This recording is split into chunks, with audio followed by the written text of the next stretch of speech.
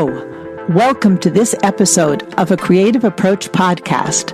I'm your host, Karen Poirier-Brody. Thank you for listening. I hope you had a great Independence Day celebration. At our home, we go to the local parade, and later we head to our favorite ice cream parlor. Here in Sacramento, that's Leatherby's Creamery. Some delicious treats. I forgo my favorite small vanilla ice cream hot fudge sundae with extra hot fudge on the side to indulge in an annual treat of a banana split. The hot fudge sundae is a once a couple of month treat, but not quite right for the 4th of July. Now, if I liked whipped cream, it would be a true red, white, and blue vision, as Leatherby's colors their whipped cream blue that day. Photos of my celebrations can be found on a Creative Approach Podcast Facebook group page. You're invited to join the group, where your comments are welcome. I've been working on the stories of my recent trip abroad, and it's taking a bit longer than I thought to put this together. I'm having a wonderful time reliving my trip with these memories, and I'm excited to be able to share them with you soon. Do not forget to visit our website, www.acreativeapproachpodcast.com, where you will be able to access show notes from today's episode and our past programs. We have a Facebook page too, as well as the group page. I also want to take this opportunity to thank my Patreon members for their support. My guest today is Margot Potter. 3 notches too loud, 5 notches too sparkly, aging disgracefully, Margot Potter is either a Renaissance woman or a Jill of all trades. It depends on which day you ask her. She's a woman of diverse interests and talents. Margot is a jewelry maker and designer and an author.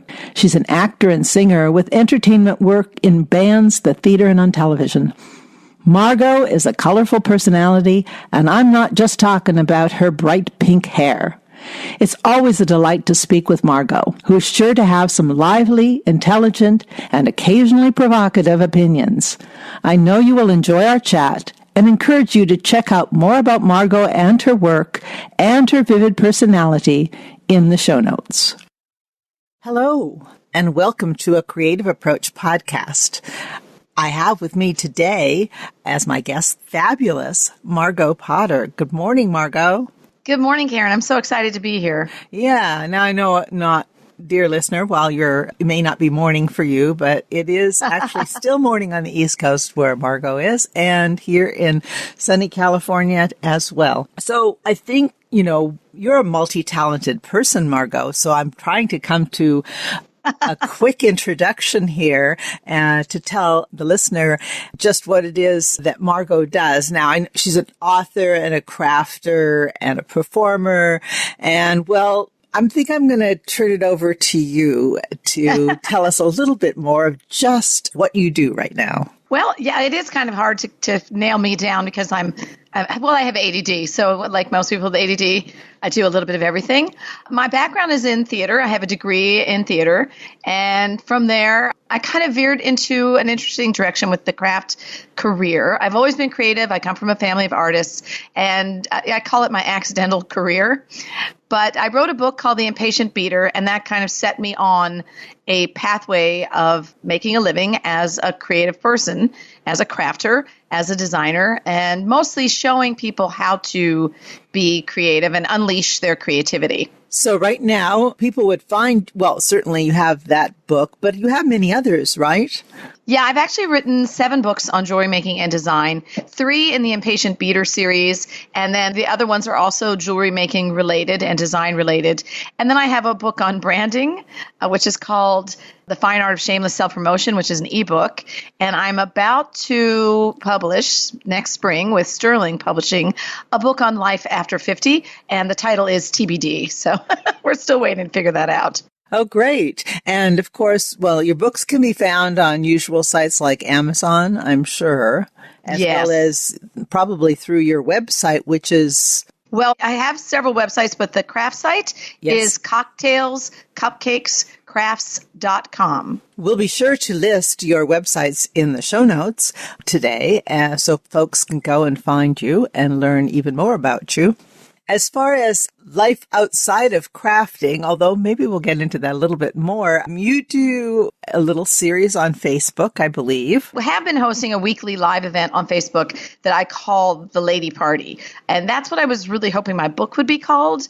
But I found out yesterday that the salespeople aren't really digging that title. So that's probably going to change once we nail down what the book title is. I also have a website with that title. So I'm kind of in a holding pattern with all of that, which is proving to be a little bit frustrating.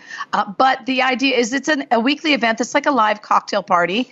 We talk about all kinds of things, politics, women's issues, whatever the heck I feel like talking about that week. And it was born of my daughter going to college and my facing the empty nest and not really wanting to feel so isolated and alone and wanting to connect with other people on Friday nights and just kind of have a fun time together. Yeah, I've stopped by a couple of times. The problem with very busy lives, of course, and people in different time zones is trying to coordinate those sorts of things. But yes, gone back and looked at some of the videos. So that's kind of a cool thing to do, an interesting idea.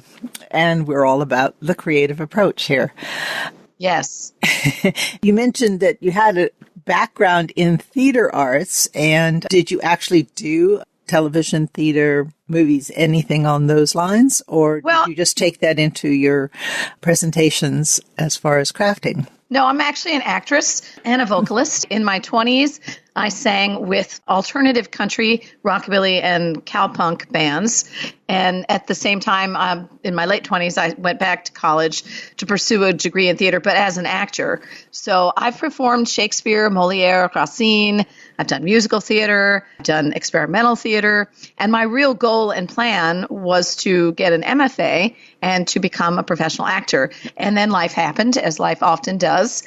And I took this kind of tangential side path, which led me to the crafting career. But being part of the theater means being able to build sets and make costumes and make programs. So you're already creative as a theater person. And so it wasn't really that big of a left turn for me. But yeah, I'm a professional actor and I've been paid, believe it or not, to perform theater. And also I've appeared on TV. I spent 11 years on QVC as an on-air product expert, representing a variety of different brands for them. And I've kind of done a little bit, like we've talked about, a little bit of everything, and then also sung professionally as a vocalist. And I'm kind of an eclectic vocalist, shockingly. So, so I sing a little bit of everything as well. Well, that's good. You have a diverse and very dynamic background, a little bit of a Renaissance woman, I think. I like to say I'm either a Renaissance woman or a Jill of all trades, and it depends on which day you ask. Well, that's cool. And of all you right now, so you're working on a book. I think, there's a huge number of baby boomers currently well into past 50 or getting into 50, past 50 life. And what is it particularly about that transition that inspired you to write the book? Well, it's kind of a funny thing, but I started writing essays, humorous and poignant and tragicomical essays on life after 50 for a blog that I no longer have. And I had pitched a craft title to a publisher. Actually, they had kind of approached me. It was sort of a mutual thing. And the craft title didn't end up happening. It was a book on metal stamp jewelry making. And I sent a thank you for reviewing my manuscript. I'm sorry it didn't work out response, because I always say keep the door open. And the two women who were the head of editorial and then the upper level editor working with the editor I'd been communicating with followed the link in my email to my then blog and found these essays on life after 50. And they actually came to me and said, hey, how would you like to write a humorous book on life after 50? And I said, I'd love that. So let's do it. And that's really how it happened, total serendipity. And again, another sort of accidental career shift, but one that I really love because I've been writing my whole life. I'm a writer, I'm an actor, I'm a creative person, and creative people are creative. We just are. We're creative in every way, and everyone is creative. I mean, that's kind of always been my message in everything that I do, that it within all of us, especially in women, is this creative force. And it's not just creating life, it's channeling that creativity, which to me is the opposite of destruction, and it's powerful and it's magical and it's wonder-filled, and we all can do it. So true. Not everyone, I think, exploits all of their creativity as fully as they might. And I'm hoping in some way that listening to this podcast, people might get inspired to focus a little more on their creative approach to life. But I think it's very true that everyone does have a good deal of creativity within them. We were talking about some of the things that you do now, and you mentioned a little bit about your background, but I was wondering if you could go way back where you were born and were there influences in your family or your schooling that may have led you to where you're at right now? So I was born in Philadelphia. My parents, my father and my mother were both very creative people. My mother's a fine artist, and she's actually as I was growing up, transitioned from typesetting and working in graphic design into becoming as it transitioned out of physical typesetting into graphic design with computers. So she's a genius and an expert and a creative force unto herself. My parents divorced when I was 5, and that did have a lot of impact and effect because we moved every few years, and I was the new kid perpetually, which really forced me, one, to find, some sort of joy in creativity because I didn't quite fit in. I kept moving and being, somewhere where I felt awkward. And so that, and then having a mother who was an artist and a family of creative people on both sides, I was surrounded by creative things which helped me express my creativity. And then in school, I really creative things resonated for me. So art class and music class and theater. But the problem was you had to kind of pick one. And that was always my, stumbling block, and probably is my stumbling block in life, is that I don't want to have to pick one. I feel like I should be able to do all the things that I enjoy and, at which I excel, as opposed to having to just pick one box and get stuck in it. And I think that sort of made me who I am now, just as I progressed through life. And maybe I tried music for a little while, and then I dove into theater, and then into writing, and then into crafting. And so I'm kind of reaching a point now in my 50s where all of those things are starting to come together in a way that's really synergized and really quite wonderful. That's great. I think a lot of us spend time in our life, deciding what we're going to be when we grow up, and we find out that, some are terribly focused and perhaps become the brilliant scientists and the superstars. And some of us are a little more fluid. I mean, am I a scientist? Am I a artist? Right. Where do we fit in? But sometimes we find out we fit in pretty well right where we find ourselves. I so agree. And see, that's what I love about you is you have this background in science and medicine, and then this, some people would think completely diametrically opposed, this background in creativity and crafting. But I think it totally makes sense. I mean, when you look at the basic fundamental structures of what the world is made of, fractal images, it's art. Everything is art. Everything is math, is music, is art. It's all interconnected, and they're not really diametrically opposed at all. Oh, I agree. Totally. Very much so. Were there primary, as you're moving from place to place, and you're saying you found things within yourselves of the creativity, were there particular influences in your life because you were exposed to a lot of different things that you can recall that helped you in your path? I think having teachers that sort of nurtured my creativity. I remember one vocal music teacher who really kind of showed me that that my vocal talents, that my performing talents were actually something viable, which I hadn't really fully understood, even though my grandmother was a performer. I just, those teachers who maybe encouraged me to write more or to submit poetry to poetry contests or, dive deeper into my art or to, try out for the play and take the risk of doing the more, difficult part or the more challenging role. I mean, along the way, there were all these, people that kind of guided me. And then also I was obsessed with reading. As a kid, I would do the summer reading thing at the library where, who could read the most books. And I always would read more books than anyone because I'm just fascinated by the world. And so through reading, through diving into the library and getting out of the children's section and going to the adult section when I was younger, I really just became interested in all sorts of things from art to music to history.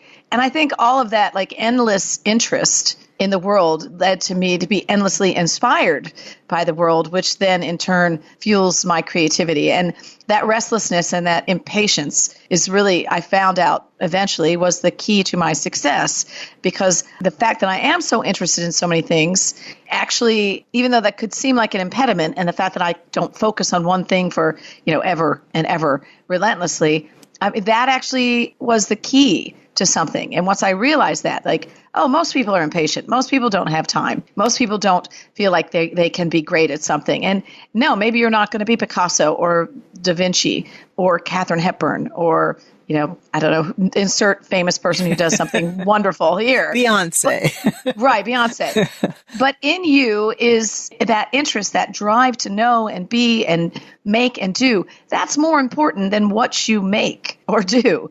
And the act of doing it, the act of creating, to me, is the most powerful thing that we as humans can do. Well said. I think that's part of the purpose here in discussing these things with the listener is just, find that little spark inside. Yes. and kind of go with it, because it may lead to incredibly rewarding things, maybe even having your own podcast. Yeah, right. Or right. Meeting incredibly interesting people. I believe now, Mark, I think I first met you at it's now the Association for Creative Industries, what's known as the Craft and Hobby Association. Yes. That's always an interesting place to discover what's happening in the creative world, crafting and hobbies, sometimes even more. But I think as far as now, is jewelry making your main craft? Or it's like my gateway craft. Because I think you do a lot of things. I do a lot of things. I mean, in my crafting career, it's kind of a long story, so I'm going to try to put it into a Brazil nutshell.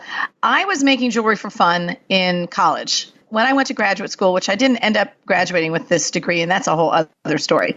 But when I went to graduate school in Pittsburgh, I went to a bead store near UPitt to get some crimp beads to finish some jewelry.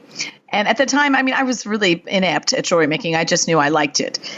And I met this man who was behind the counter, and I just kind of thought, oh, I really like this guy. I'll take 2 crimp beads and one of you. And we ended up getting married, and I ended up leaving this MFA program, which was basically highly dysfunctional and falling apart. And we moved to Eastern Pennsylvania and opened a store together. It was called Ouroboros, which is the world snake, the serpent that eats its own tail. My end is my beginning. That was the whole idea behind it. We sold fair trade handicrafts and jewelry making supplies. And we took the jewelry making supplies out after about a year. And there was a lot of reasons for that, part of which being that jewelry making is not necessarily fair trade. Beads there's some complexities in the bead world and how beads are manufactured and created. And so I took the beads home, and a few years later, we closed the store, and I had this really crazy year. I got very, very sick. I thought I was dying. The store had closed. I left my job at QVC. I was, just had a thing with the contract and walked away. So I had this year of sort of floating and thinking, okay, well, I'm not going to be doing this. I'm not going to be doing that. What am I going to do with my life?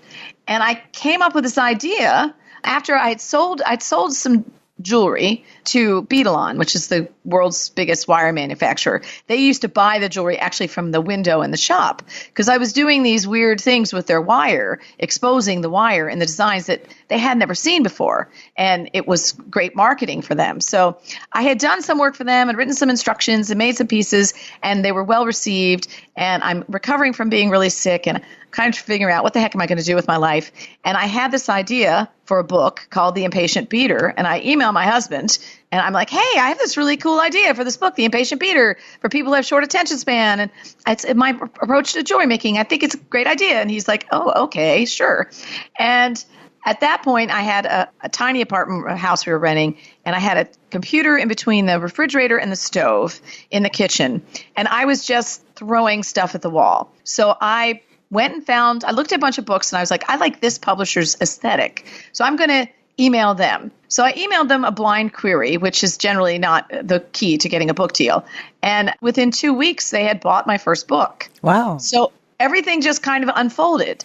And from there, I kept working with Beadalon, and then I went to the CHA show in Atlanta. That was my first CHA show to promote the book. And jewelry making was my focus for the first few years.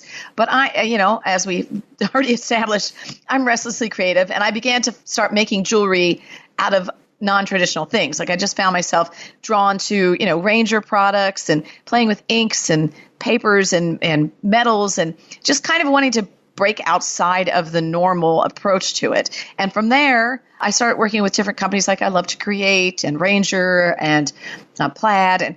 And I just sort of expanded my repertoire. But I was artistic as a kid. I made sculptures and I painted and I drew. And so all these things were already there. It's just that this new direction sort of unlocked them all for me. And I realized I could show other people how.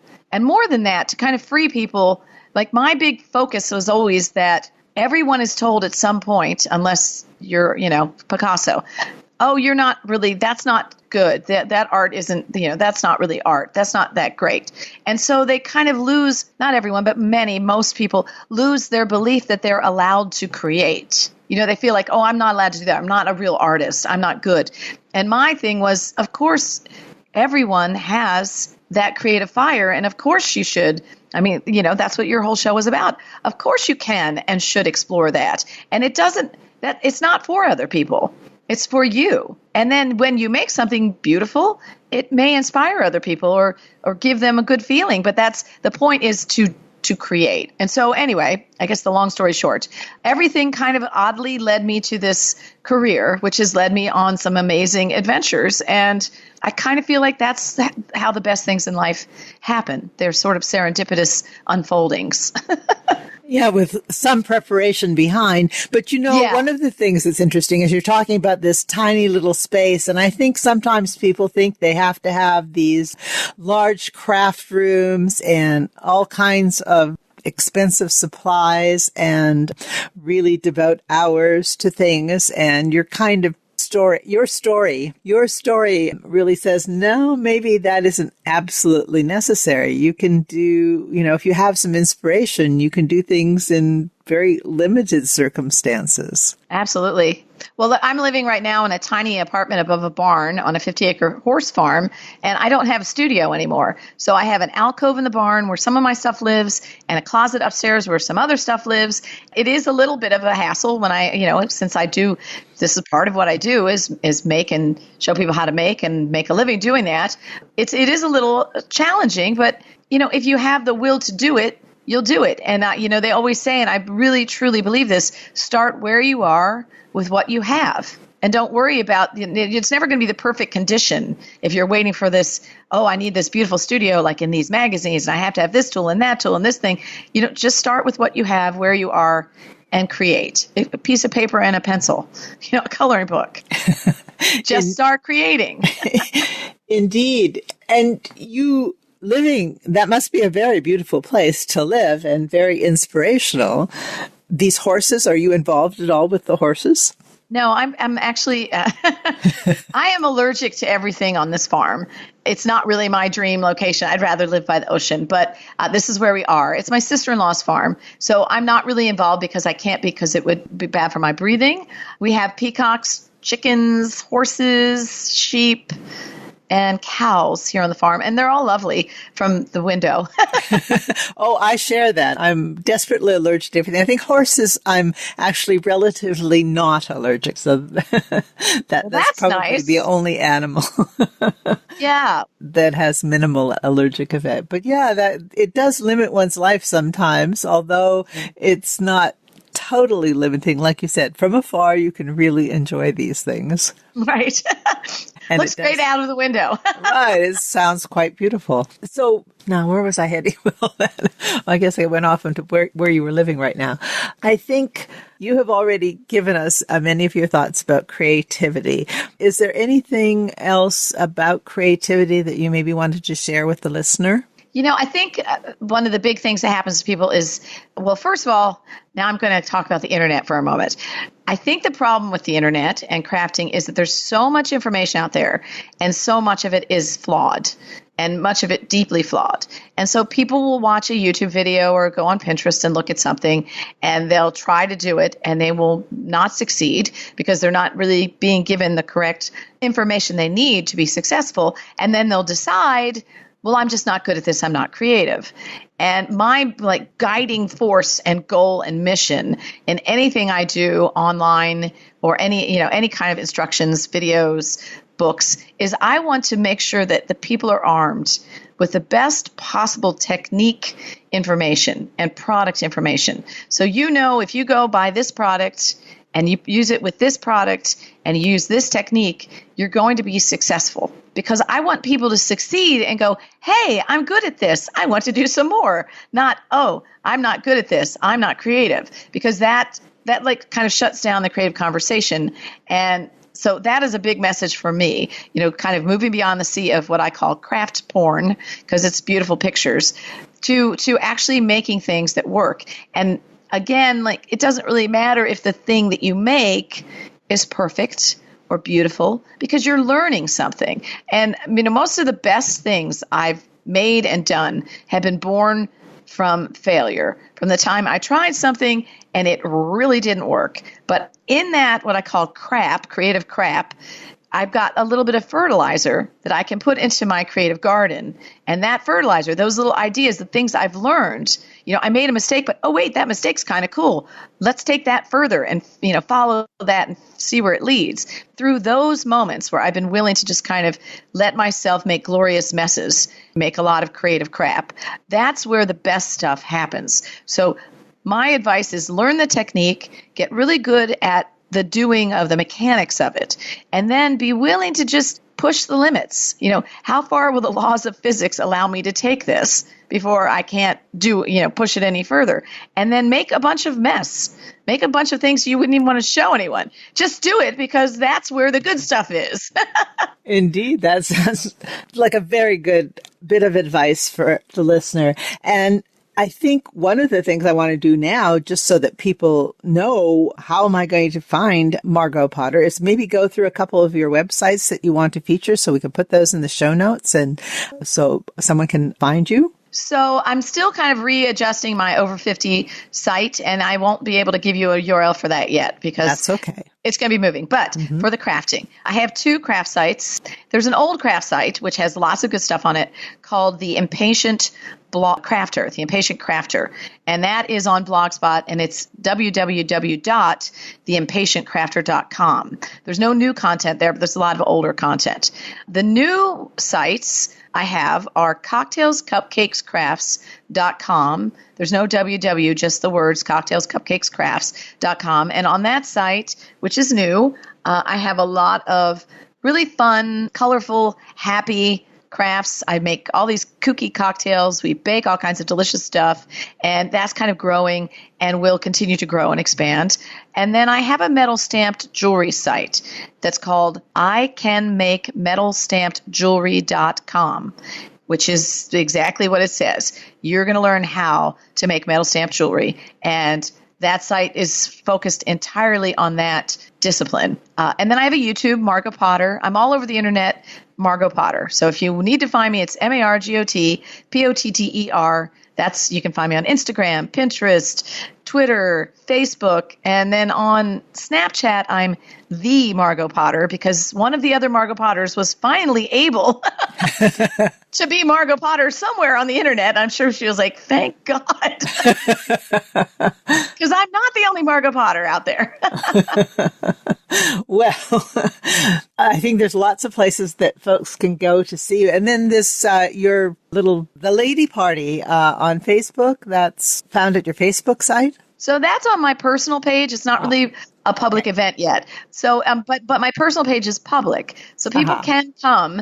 It's just Margot. It's my Facebook, Margot.Potter, not my public page. But once I get this book title, I've been in this state of limbo that has been a little frustrating.